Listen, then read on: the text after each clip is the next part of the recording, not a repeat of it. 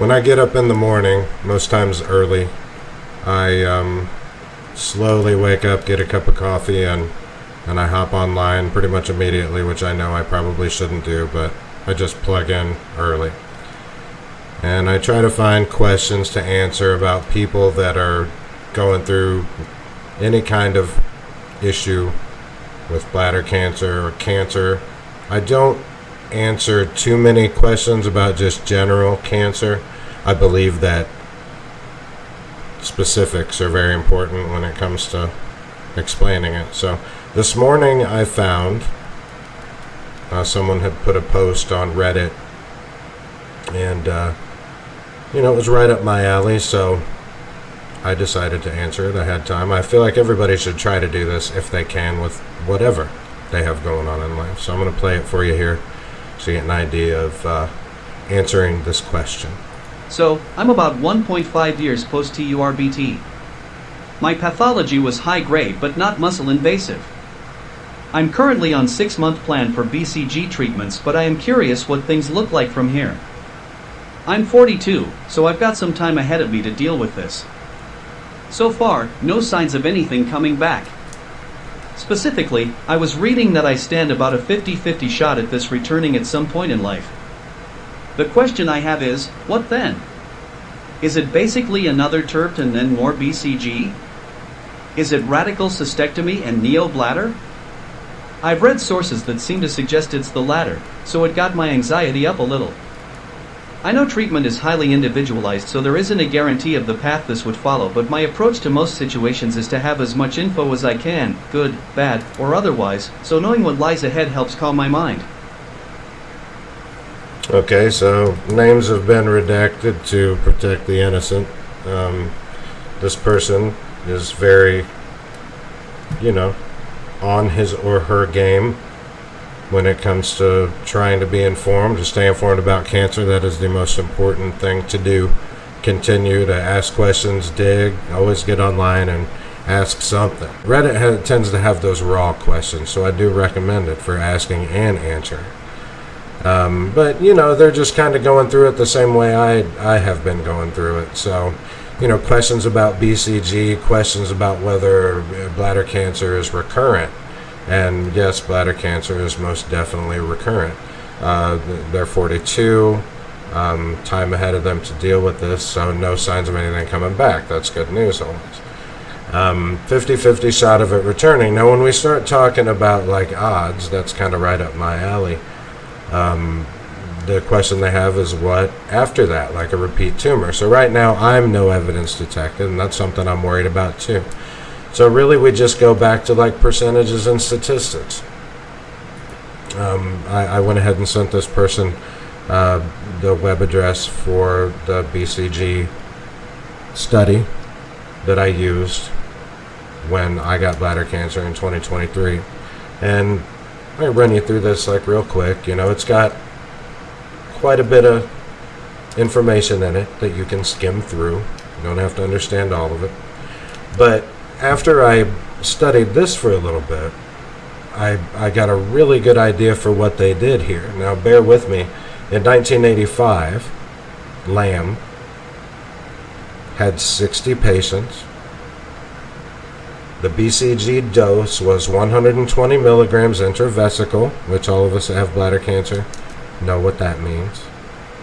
Pasteur, 5 milligrams percutaneous. Now, you'd have to go and define those words. Percutaneous, I believe, is just under the skin. But Pasteur, if we use something that we probably learned in science class in high school, maybe Louis Pasteur, I don't know. You know what I mean? This puts us in the direction, but probably so, The BCG schedule, weekly times 6 weeks, which is what I got, an induction dose. Okay? So it says here the 1-year recurrence events. 3 out of 6 were recurrent when they had BCG, and 4 out of 6 were recurrent when they did not have BCG. Okay? So this proves, on a very small percentage, that there was a bit of luck, efficacy, whatever you want to call it. So fast forward, 1985, Penske. 88 patients. 120 milligrams, same as lamb. Intravesical, same. Armand Frappier, this is probably a manufacturer. Percutaneous, and then whatever this means to the people that did it. See what I mean? Weekly in 6. They did the same thing here. So, 27 out of 41. A little bit more than half. With BCG, 39 out of 43. So obviously more who weren't on this weekly induction dose. So 6 weeks is effective to some degree. And we're just going to stay away from this statistical number right here, okay? Just remember that it's low. Let's see. Yamamoto, 1990, 44 patients, 80 milligrams of Tokyo, manufacturer presumably, weekly times 6, every 2 weeks times 12 weeks, every month times 20 months, which just without researching that or doing any math, it seems like an awful lot. But look at what they did with the efficacy here. 4 out of 20 had a recurrence with BCG, and 13 out of 20 had a recurrence without it. So these are obvious good odds. They're starting to drop it. So what this shows us is in administration, how often they do it here has jumped. See, it was weekly for the 6 induction that I get now, and if I would have stopped there, then when they added some, then it changed the game. So Pagano, 91, 189 patients, 75 milligrams of intravesical Pasteur. This is right around 80. So when you get through these, you start to realize that people, you can see they were working off the last study. Took them a year, 90 to 91. They decided to use 5 milligrams less of a different type. But weekly times 6 weeks, same. Monthly by 1 year. Then quarterly by 1 year. So they cut down on this huge frequency of doses, okay? But look at how much it came down. 6 out of 43 on BCG did not have a recurrent tumor. 31 out of 39 without BCG had recurrent tumors. 31 out of 39. So there's a very obvious thing here. Malekos, 1990, which actually goes back a year somehow, so, they're not perfect. 100 patients, 150 milligrams of intravesical Pasteur. So he doubled this. Okay? And hey, I'm going to go do a study, and I'm going to double it, since I've noticed that the efficacy goes in tandem with the frequency. This is all, I'm not a doctor. This is all right here on paper. 150 milligrams, weekly times 6, every 3 months, by 2 years. So they've changed the frequency a little bit. They've kept it on the chill, 11 out of 67 and 14 out of 33 without BCG. So you can see here, now is a bit of, well, it would be a setback, but this was 1990. So it came in succession. In 91, we're still looking good. We got the efficacy down to 0.18 in 1991, okay? 1996, Krieg. 337 patients, 120 milligrams of Connaught.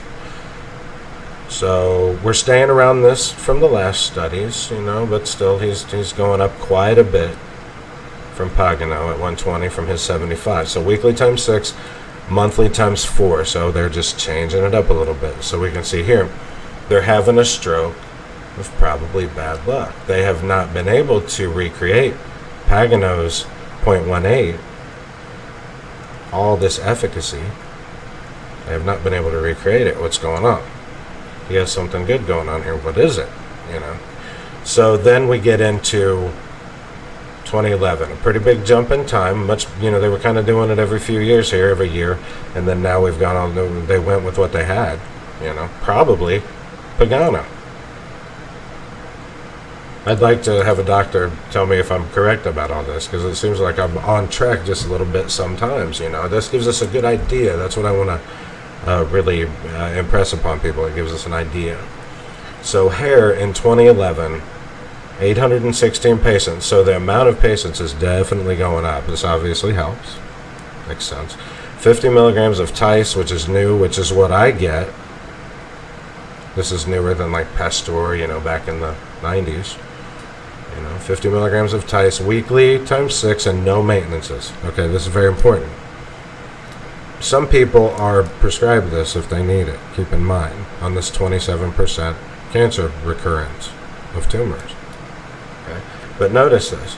Hair 2011, 27%. Okay, no maintenance. They proved each other here. Facalanos in 2014. 1,021 patients, 50 milligrams of Tice, same as hair, weekly, and no maintenance. Right around the same percentage. So they proved that here. In 2021, Matulay with 542 patients, 50 milligrams of Tice, just like the last two, 2011 and 2014. These had no maintenance, only an induction. Matulay does the weekly induction plus 2 maintenance. Greater than or equal to 2 maintenance. So this is dependent on the doctor and the conditions, but it takes us to a 92% effective. Now this is just a general way of looking at it. There's one thing that stands in the way of this figure. It's comorbidity. Okay? This is a controlled scientific experiment. Everything's accounted for. Everything's done a certain way. It's done over time. It's something that's taken very seriously. Okay, so when you add comorbidity into this, overweight, other cancer, history of cancer, genetics, almost an infinite set of comorbidities, that is going to change the efficacy of your tumor recurrence. Undoubtedly.